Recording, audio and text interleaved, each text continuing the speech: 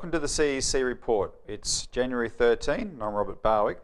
I'm joined again by CEC founder and leader Craig Isherwood. Welcome, Craig. Thanks, Robbie. In today's report, we're going to discuss how Anglicans side with Satan against people, how free traders can't save the car industry, so we should put it to work, and finally, how it's the Queen's subjects who are the dope heads of Asia. So first, Anglicans side with Satan against people.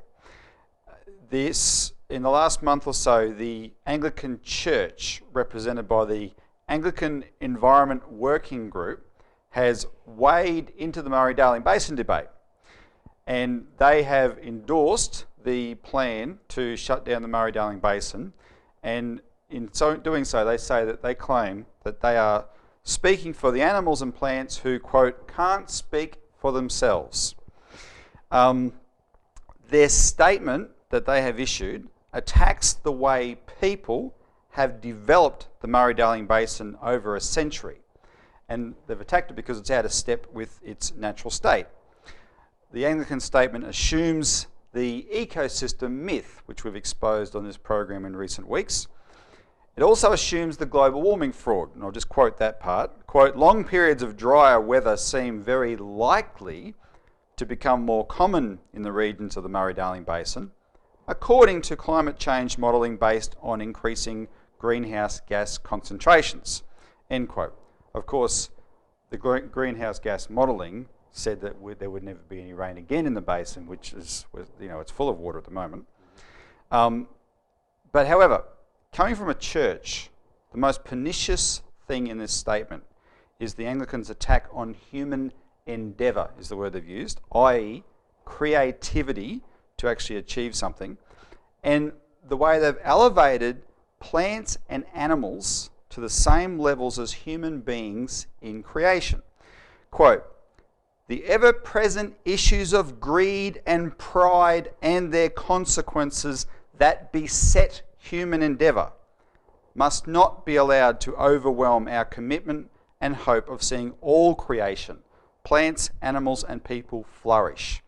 The defence of those unable to speak for themselves, whatever form they take, has always been part of the Church's business, and we would wish to stand with those who are now struggling with the consequences of past policies and farming practices. Now, what are these farming practices? These are practices to feed somewhere between 60 and 80 million people. That's what these practices are. Here's the worst bit.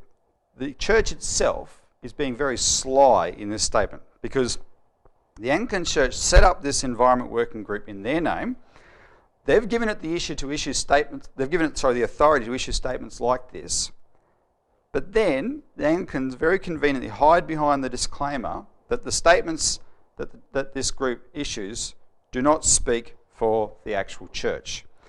Because, of course, when you examine it, it gets very nasty. So, Craig, my question for you, isn't this message from the Anglican Church actually anti-Christian? And isn't it time to take up the whip to clean out the temple? Well, Robbie, I think the Anglican Church has stepped into a political minefield here because this is a highly political statement first and foremost. And you're right, most people don't understand what's at issue here because they see a Christian church coming out with these sorts of ideas. I mean, the very idea that you could say the ever-present issues of greed and pride and their consequences that beset human endeavour. I mean, the Murray-Darling Basin was literally carved out of the desert through the water projects and irrigation in order to feed. The human endeavour was to feed 60 to 80 million people. The Snowy Mountain Scheme, which has produced hydroelectricity, which has produced the water that feeds the Murray-Darling Basin, the Murray-Darling system, was produced out of a high ideal to further the development, the physical economy of Australians for all Australians. And these things are triumphs. They are triumphs of human endeavour. But what's the real issue here is the way that the church talks about this idea of creation, because it's actually misleading. The fundamental principle here is not creation, but the creativity of human beings that sets us fundamentally aside from animals. That You know, 23 years ago when I founded the Citizens Electoral Council, the principle that we founded this organisation was that all human beings are created imago viva Dei. In the Latin, that means in the image of the living God. What is that? How are we created that way? Well, it's because we have this spark of creativity within us that allows us to make the discoveries of the physical principles of how the universe works that sets us fundamentally apart from other animals. It actually makes us share the qualities of God. And when we embrace that, then we can actually transform the world for the betterment of all people everywhere. Now, it's not an irony that, for example, the Anglican Church is coming out creating this incredibly horrible message to smash that creativity by putting animals and plants first. What is the Anglican Church? The Anglican Church is headed up by the Queen of England and her royal consort, Prince Philip.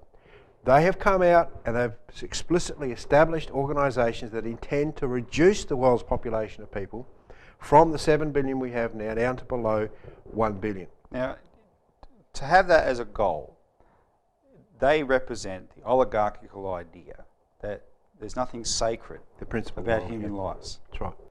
And that's why the Anglicans, therefore, isn't it, have to undermine what you've just said, this creativity, debase the creativity of people to that of just, we're no different to animals.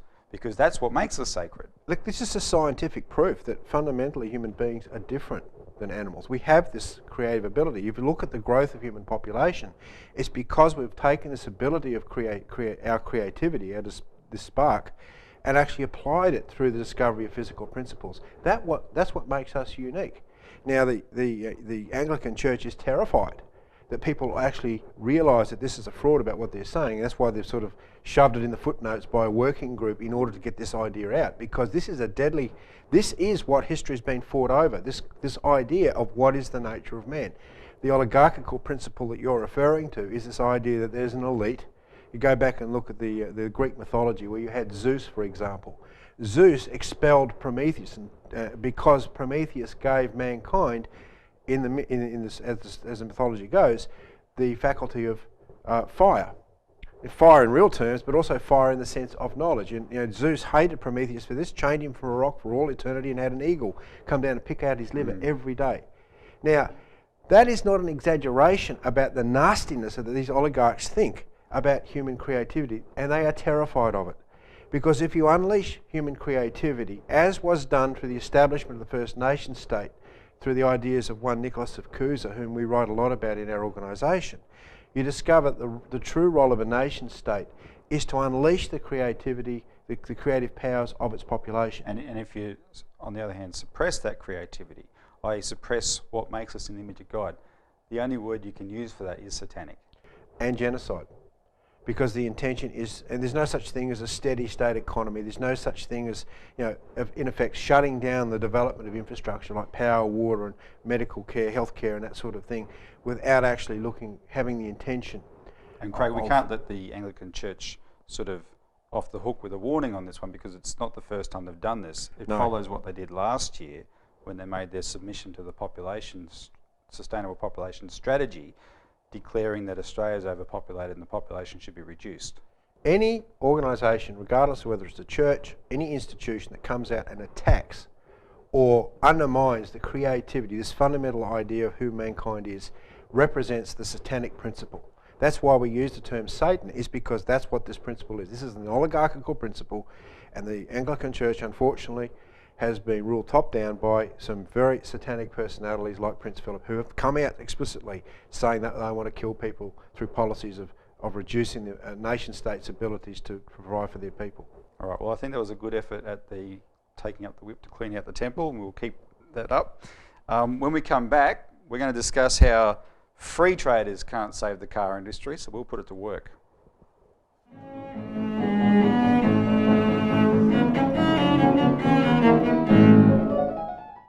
Welcome back to the CEC Report. So what we're going to discuss now is how free traders can't save the car industry, so let's put it to work. Australia's car industry has just been condemned to death by the latest plan to prolong its life, ironically.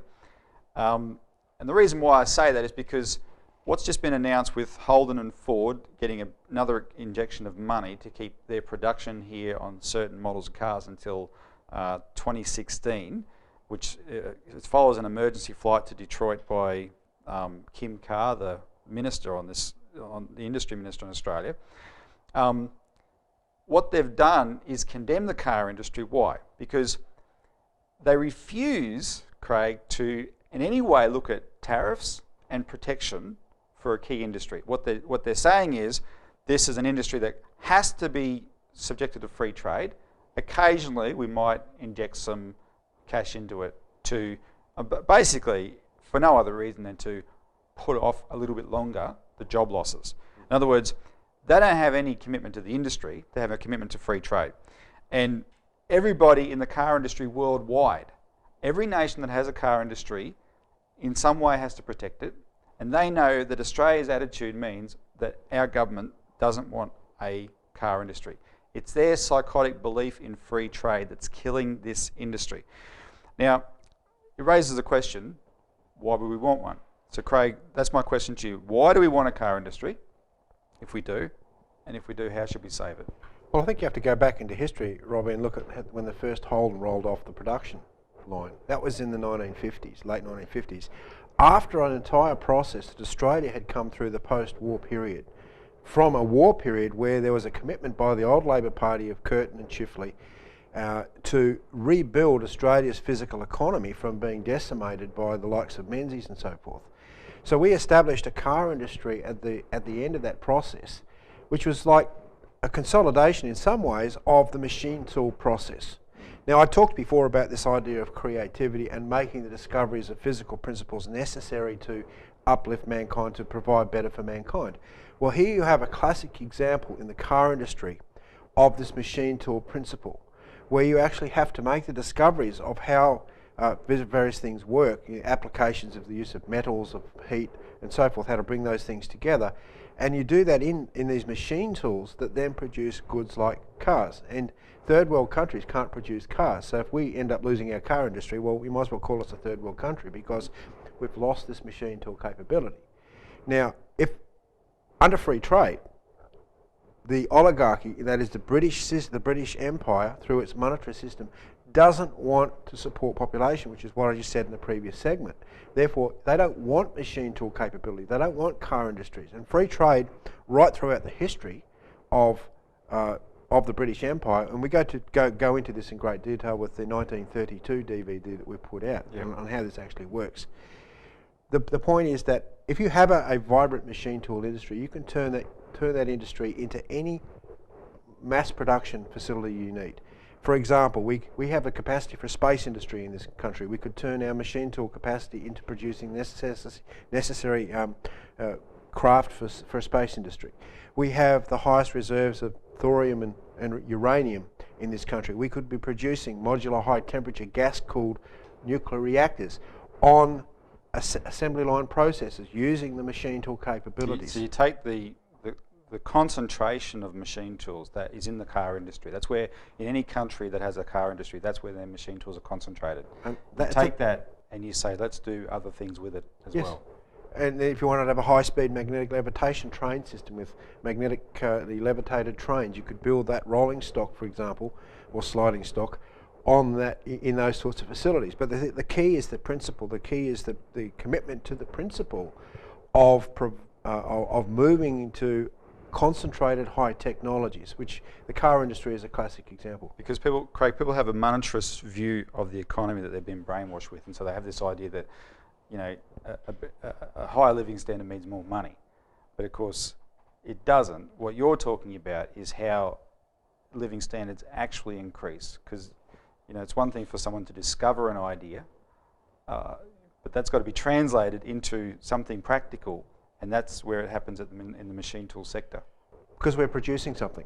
At the end of the day, we have a physical good that we produce. It's a car or whatever we produce on a production line. It's the same with all the other manufacturing sectors, and that's why, with the shutdown of various other manufacturing sectors, for example, even the shutdown of the tomato sauce factory means that 130 people no longer have a means of employment. But we're not producing anything. And when you don't produce anything, you're actually very poor as a country. if you rely on money itself, you can't eat it. It has no intrinsic value. It's only ever designed as a means of exchange of goods. Now, if you're not producing the goods, your money means nothing, and you get into this very poor situation of hyperinflation, where you have all this money running around, but not enough goods. So the issue for Australia is that we've been shutting down our manufacturing sector now for 40 years. We're importing a lot of goods. We're not actually that wealthy anymore. We might have a lot of so-called money wealth, but even that's a crock, because when you look at the amount of debt. So it's all a bit of a myth. So if we go on a rebuilding spree, really, for our physical economy, we've put out in our publications, such as our Infrastructure Road to Recovery, that it has to be based on infrastructure. And the kind of projects you're talking about are water projects, major water diversion, transportation and power, nuclear power, etc. We would need so much plant and equipment to do that we'd probably not have sufficient capacity in our car industry. We'd have to expand it to be able to supply what we need. But before we even get to that, Robbie, we wouldn't have enough engineers, enough people with the creative understanding of how the processes work in this country to be able to build these projects. So you'd have to go on to a mass recruitment of engineers.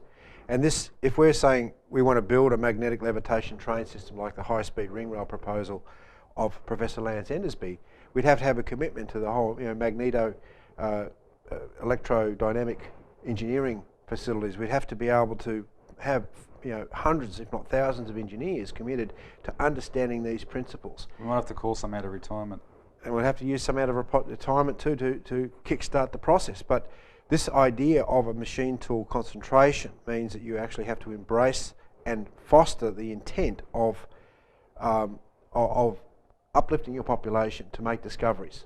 And that's what fundamentally we are as human beings anyway, so it creates a great degree of optimism, which we don't have today, because under free trade, everyone has basically been treated like cattle. All right, so there you go, Kim Carr. Take notice. When we come back, finally we'll talk about how it's the Queen's subjects who are the dope heads of Asia.